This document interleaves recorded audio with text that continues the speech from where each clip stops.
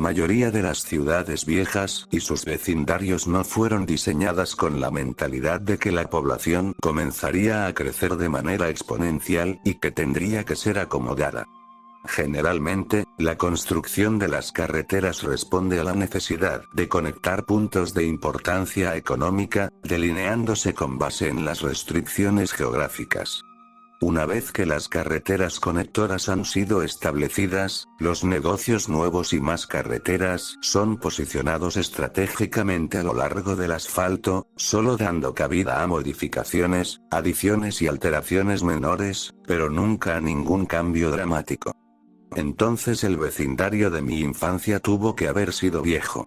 Las primeras casas que se construyeron debieron haber sido colocadas alrededor del lago, y el área habitable se incrementó gradualmente a medida que se crearon extensiones nuevas sobre el camino original. Pero todas estas extensiones terminaban abruptamente en un punto o en otro, solo había una entrada/salida para todo el vecindario. Muchas de las nuevas extensiones estaban limitadas por un afluente que se alimentaba del lago, y que pasaba justo al lado de lo que llegué a nombrar la fosa. Gran parte de las casas originales tenían patios inmensos, pero algunos de esos terrenos originales fueron divididos, dejando atrás propiedades con límites más y más pequeños. Una vista aérea de mi vecindario daría la impresión de que un calamar gigante murió en el bosque, y un empresario aventurero encontró su cadáver y pavimentó carreteras a lo largo de sus tentáculos, solo para retirar su involucramiento y dejar que el tiempo, codicia y desesperación se encargaran de dividir la tierra entre los dueños de casas prospectivos, como un intento embarazoso de la proporción áurea. Desde mi pórtico podía ver las casas viejas que rodeaban el lago, pero la casa de Doña Maggie era mi favorita. Ella tenía, según recuerdo, cerca de 80 años de edad, pero a pesar de eso era una de las personas más amistosas que he conocido. Tenía una melena de rizos blancos y siempre vestía con vestidos claros de patrones florales. Nos hablaba a Josh y a mí desde su pórtico trasero cuando estábamos nadando en el lago, y siempre nos invitaba a comer bocadillos. Decía que se sentía sola porque su esposo Tom estaba fuera por negocios, pero Josh y yo siempre rechazábamos su invitación, pues por más amable que Doña Maggie fuera, había algo raro en ella. De vez en cuando, mientras nadábamos, nos decía: Chris, John, son bienvenidos aquí en cualquier momento. También podíamos oírla diciéndonos lo mismo cuando caminábamos de regreso a mi casa. Doña Maggie, como muchos de los dueños de casa más antiguos, tenía un sistema de irrigación que funcionaba mecánicamente, pero, en algún punto con el transcurso de los años, su temporizador se debió haber roto. Sus regaderas se encendían en varias ocasiones durante el día, y a veces incluso durante la noche, todo el año. Aunque nunca hacía tanto frío como para que nevara mucho en invierno, en numerosas instancias salía por la mañana para ver el patio frontal de Doña Maggie transformado en un paraíso ártico surrealista por el agua congelada. Todos los demás patios se mantenían esterilizados y secos por la escarcha cortante del frío del invierno, pero ahí, en medio del recordatorio deprimente de la brutalidad de la temporada, había un oasis de hielo hermoso colgando como estalactitas de cada rama de cada árbol, y de cada hoja de cada arbusto. Conforme el sol se alzaba, era reflejado y las piezas de hielo desglosaban sus rayos en un arco iris que solo podía ser observado brevemente antes de que te cegara. Incluso a esa edad, estaba maravillado por lo bello que era, y Josh y yo íbamos ahí con frecuencia para caminar en la grama con hielo, y entablábamos peleas de espada con los carámbanos. Un día, le pregunté a mi mamá por qué Doña Maggie lo dejaba así. Mi mamá pareció haberse debatido la explicación, antes de decir: bueno, cariño, Doña Maggie se enferma mucho, y a veces, cuando se pone muy enferma, se confunde. Es por eso que cambia tu nombre y el Josh. No es su intención, pero hay momentos en los que simplemente no los puede recordar. Vive en esa casa a solas, así que está bien si quieres hablar con ella cuando nades en el lago. Pero cuando te invite adentro, debes seguir diciendo no. Sé cortés. No vas a herir sus sentimientos. Pero se sentirá menos sola cuando su esposo vuelva a casa, ¿verdad? ¿Por cuánto tiempo estará en sus viajes de negocios? Parece que nunca está acá. Mi mamá se vio un tanto agitada y pude notar que estaba muy triste. Finalmente, contestó. Cariño, Tom no volverá a casa. Tom está en el cielo. Murió hace muchos, muchos años, pero doña Maggie no lo recuerda. Se confunde y lo olvida, pero Tom no volverá a casa. Si alguien se mudara con ella, podría llegar a creer que es Tom. Pero él se ha ido. Tenía 5 años cuando me dijo eso, y por un tiempo no lo entendí del todo. Me sentía profundamente triste por doña Maggie. Ahora sé que doña Maggie tenía Alzheimer. Ella y su esposo tuvieron 2 hijos, Chris y John.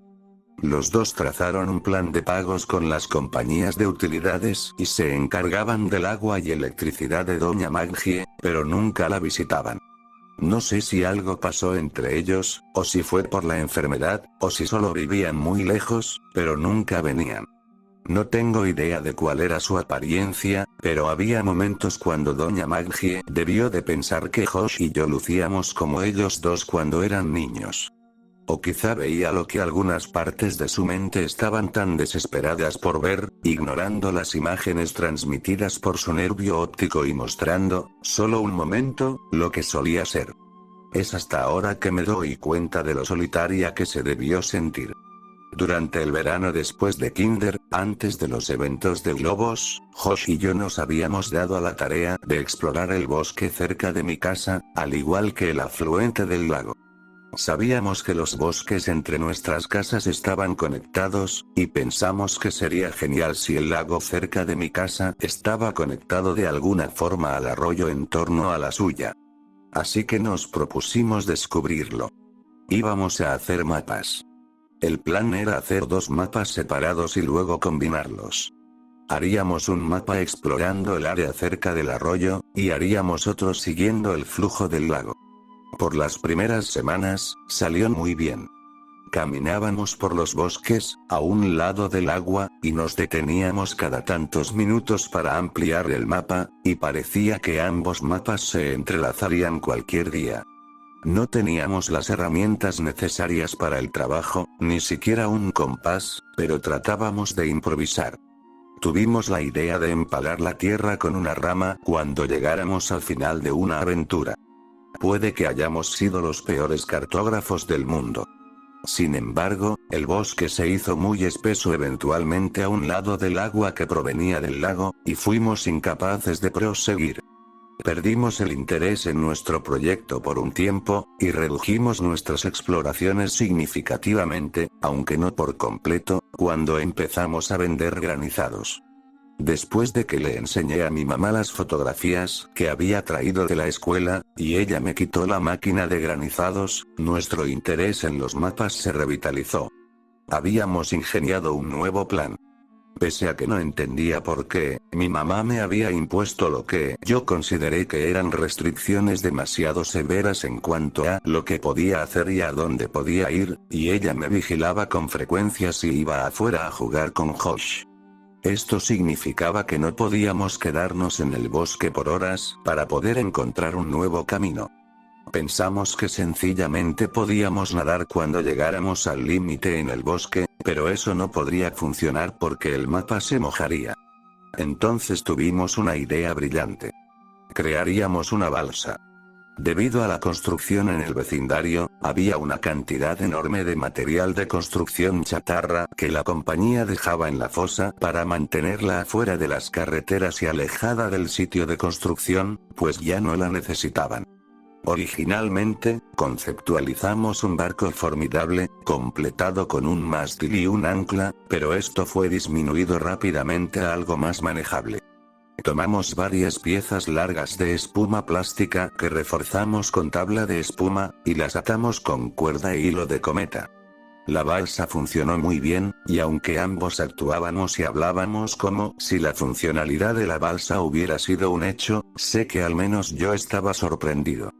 Los dos teníamos ramas bastante grandes que utilizábamos como remos, pero encontramos más fácil empujarnos contra la tierra debajo del agua que usarlas como se suponía.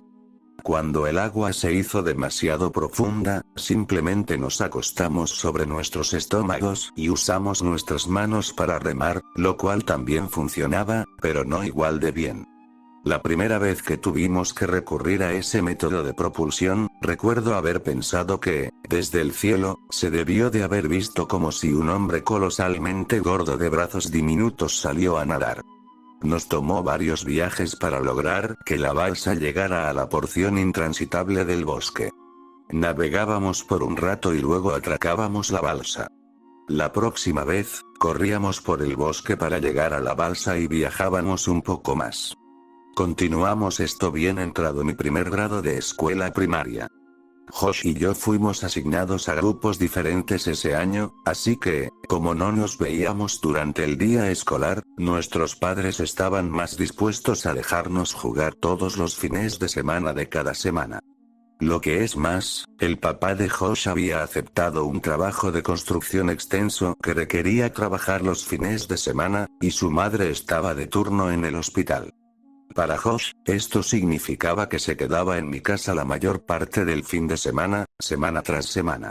Hicimos un progreso excelente, pero cuando finalmente llegamos al impasse y tuvimos la oportunidad de explorar más allá de él, no pudimos encontrar un lugar para atracar la balsa. El bosque era demasiado espeso, y el agua había erosionado la tierra al punto en que había un aumento del terreno bajo el afluente, exponiendo las raíces húmedas y retorcidas de los árboles. Teníamos que regresar cada vez y acabar dejando la balsa en la misma condensación de árboles que nos motivó a construirla en primer lugar. Y lo que era aún peor, el invierno había llegado, así que no podíamos justificar el salir de la casa en nuestros trajes de baño. No estábamos llegando a nada. Siempre teníamos que volver antes de expandir nuestro terreno. En un sábado, cerca de las 7 de la noche, Josh y yo estábamos jugando cuando una de las compañeras de trabajo de mi mamá llamó a nuestra puerta. Su nombre era Samantha, y la recuerdo bien porque le propuse matrimonio un par de años después, cuando acompañé a mi mamá al trabajo. Mi mamá dijo que tenía que ir al trabajo para reparar un problema que había surgido, y que volvería en alrededor de 2 horas. Su auto estaba siendo reparado, por lo que tendría que viajar con Samantha.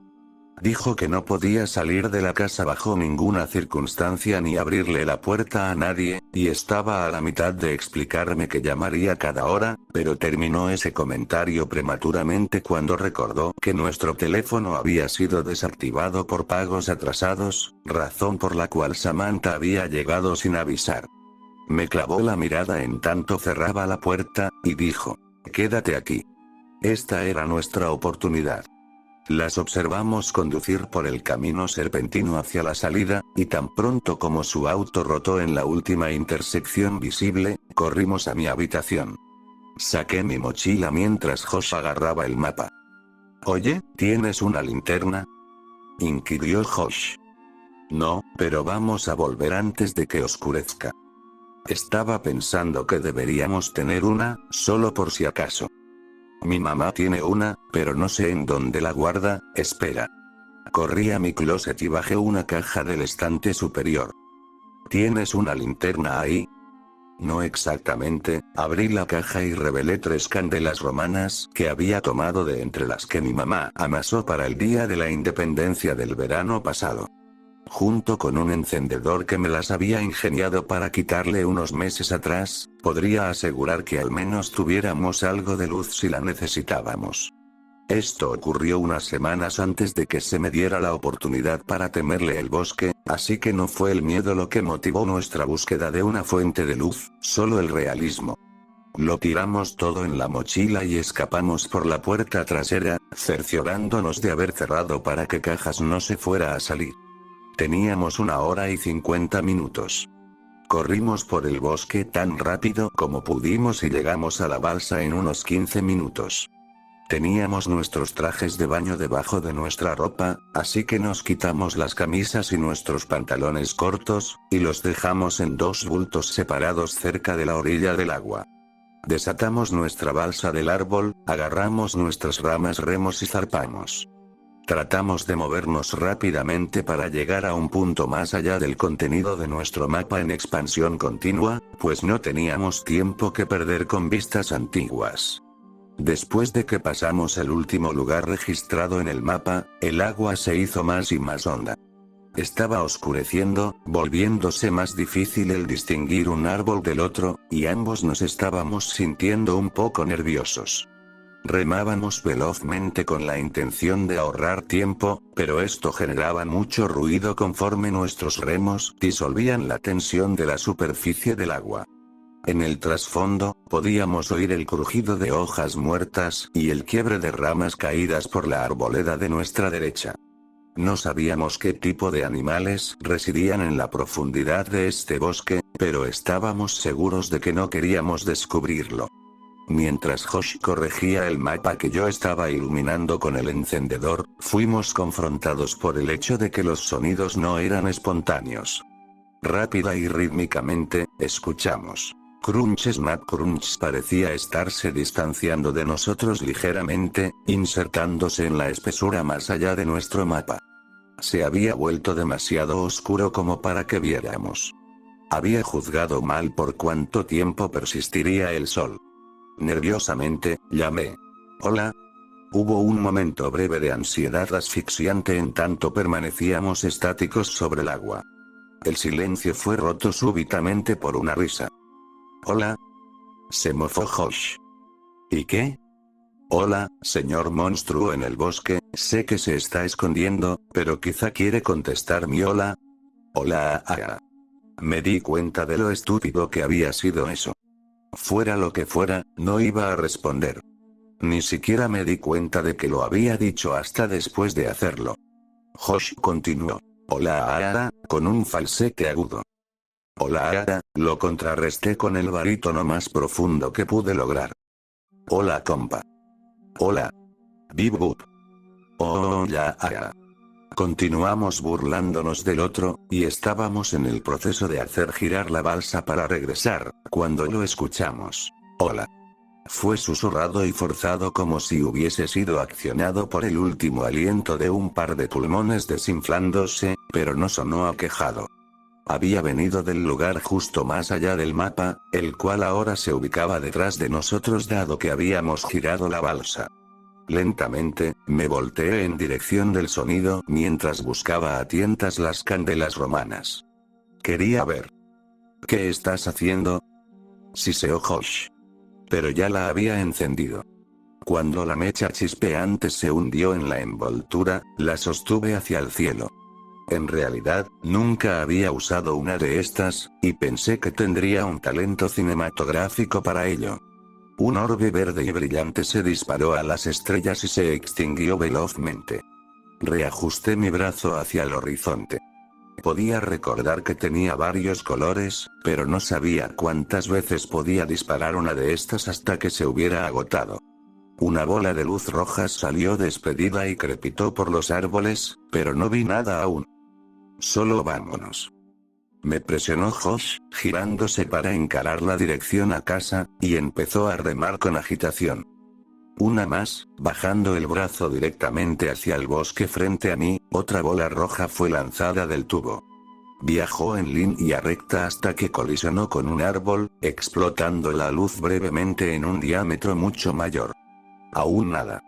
Dejé caer la candela en el lago y observé a una última bola de fuego penetrar el agua, solo para morir rápidamente, sofocada. Una vez que comenzamos a remar en dirección a mi casa, escuchamos un crujido sonoro en el bosque y para nada disimulado. La ruptura de ramas y el pisoteo de hojas sobrecogían el ruido de nuestro salpiqueo. Estaba corriendo. Bajo nuestro pánico, empujamos la balsa con demasiada violencia y sentía una de las cuerdas bajo mi pecho aflojarse. «Josh, ten cuidado». Pero era muy tarde. Nuestra balsa se estaba rompiendo. Dentro de poco, se había venido abajo por completo. Los dos nos aferramos a un pedazo de espuma plástica, pero las piezas no eran lo suficientemente grandes como para mantenernos a flote, y nuestras piernas colgaban por debajo de nosotros en el agua de invierno. «Josh. Rápido». Grité señalando al mapa a su lado. Forcejeó, pero estaba muy helado como para movernos con libertad, y ambos observamos al mapa conforme se alejaba flotando. Tengo frío, tartamudeó Josh, afligido. Hay que salir de la agua. Nos acercamos a la orilla escuchando el crujido frenético atronando hacia nosotros desde el bosque de arriba. Incesantes, pateamos con nuestras piernas y pudimos alcanzar el muelle de nuestra balsa. Nos quitamos los trajes de baño y estábamos desesperados por meternos en ropa seca que nos escudara del frío cortante en el aire. Me puse mis shorts, pero algo andaba mal. Me giré hacia Josh. Oye, ¿en dónde está mi camisa? Se encogió de hombros y sugirió. Quizá el viento la tiró al agua y flotó en el lago. Le dije a Josh que volviera a casa, y que dijera que estábamos jugando a las escondidas y mi mamá estaba en casa. Tenía que encontrar mi camisa. Corrí detrás de las casas y me asomé por el agua, inspeccionando la costa. Se me ocurrió que, con algo de suerte, tal vez podría encontrar el mapa también. Me estaba movilizando bastante rápido porque necesitaba llegar a casa, y estaba a punto de rendirme cuando mi concentración fue interrumpida por un sonido que vino desde atrás. Hola. Me di la vuelta. Era Doña Maggie. Nunca la había visto por la noche antes, y bajo esa luz pobre se veía excesivamente frágil. La calidez usual que envolvía su actitud parecía haberse apagado con la brisa. No podía recordar haberla visto alguna vez sin una sonrisa, así que su rostro se veía extraño. Hola, Doña Maggie. Ah, hola, Sis. La calidez y sonrisa retornaron, incluso si sus recuerdos no hicieron lo mismo. No podía ver que eras tú en la oscuridad de ahí. Bromeando, le pregunté si me iba a invitar a comer un bocadillo, pero dijo que quizá en otra ocasión. Estaba muy ocupado buscando mis cosas como para prestarle atención realmente, pero sonaba feliz, así que no me sentí mal. Dijo otro par de cosas más, pero tenía prisa. Le dije buenas noches y corrí por su acera hacia mi casa. La podía escuchar detrás de mí caminando por su jardín congelado. Llegué unos minutos antes que mi mamá. Y para cuando ella llegó, Josh y yo ya nos habíamos cambiado de ropa y calentado. Nos habíamos salido con la nuestra, a pesar de que habíamos perdido el mapa. ¿La pudiste encontrar? Pero vi a Doña Maggie. Me llamó Gris de nuevo. Te lo digo, solo alégrate de que nunca la has visto de noche. Ambos nos reímos y él me preguntó si me había invitado a comer bocadillos, bromeando con que debían ser terribles porque ni siquiera lograba regalarlos. Le dije que no lo había hecho, y él estaba sorprendido. Ahora que tenía el tiempo para pensarlo, yo también lo estaba. Cada vez que la veíamos nos ofrecía bocadillos, y ahí estuve, habiéndome invitado solo, aunque sarcásticamente, y me dijo que no. Mientras Josh seguía hablando de Doña Maggie, noté de pronto que el encendedor aún podría estar en mi bolsillo, y sería desastroso si mi mamá lo encontraba. Agarré mis shorts del suelo y palpé mis bolsillos. Sentí algo, pero no era el encendedor. Desde mi bolsillo trasero, saqué un pedazo de papel doblado, y mi corazón dio un vuelco. ¿El mapa? Pensé. Pero lo vi irse flotando. Dibujado en el papel, dentro de un óvalo grande, estaban dos figuras de palitos tomados de las manos. Uno era mucho más grande que el otro, pero ninguno tenía rostro. El papel estaba roto, así que faltaba una parte, y había un número escrito cerca de la esquina superior derecha. Era un número 15 o un 16. Nerviosamente, le entregué a Josh el papel y le pregunté si él lo había puesto en mi bolsillo en algún punto, pero se burló de la idea y me preguntó por qué estaba tan preocupado. Apunté a la figura de palitos más pequeña y a lo que estaba escrito a su lado. Eran mis iniciales. Le conté a Josh el resto de la conversación entre Doña Maggie y yo. Siempre había atribuido el intercambio extraño a su enfermedad, hasta revisitar los eventos en mi mente todos estos años después. A medida que lo analizo ahora, regresa el sentimiento de tristeza profunda evocado por doña Maggie, pero es magnificado por una sensación amenazadora de desesperanza cuando reflexiono acerca de lo que trató de decir con quizá en otra ocasión. Sabía lo que había dicho, pero no comprendí lo que significaba. Ni comprendí lo que sus palabras significaban semanas después, cuando observé a hombres con trajes anticontaminantes anaranjados cargando lo que pensé que eran bolsas negras de basura desde su casa. Aún no lo comprendí cuando clausuraron la casa y la cercaron poco antes de que nos mudáramos. Pero ahora lo entiendo. Entiendo por qué sus últimas palabras fueron tan importantes incluso si ni yo ni ella nos dimos cuenta en aquel momento. Esa noche, doña Maggie me dijo que Tom, su esposo, había vuelto a casa. Pero ahora sé quién se mudó ahí realmente. Al igual que sé por qué nunca vi el cuerpo de doña Maggie siendo trasladado en una camilla. Las bolsas no estaban llenas de basura.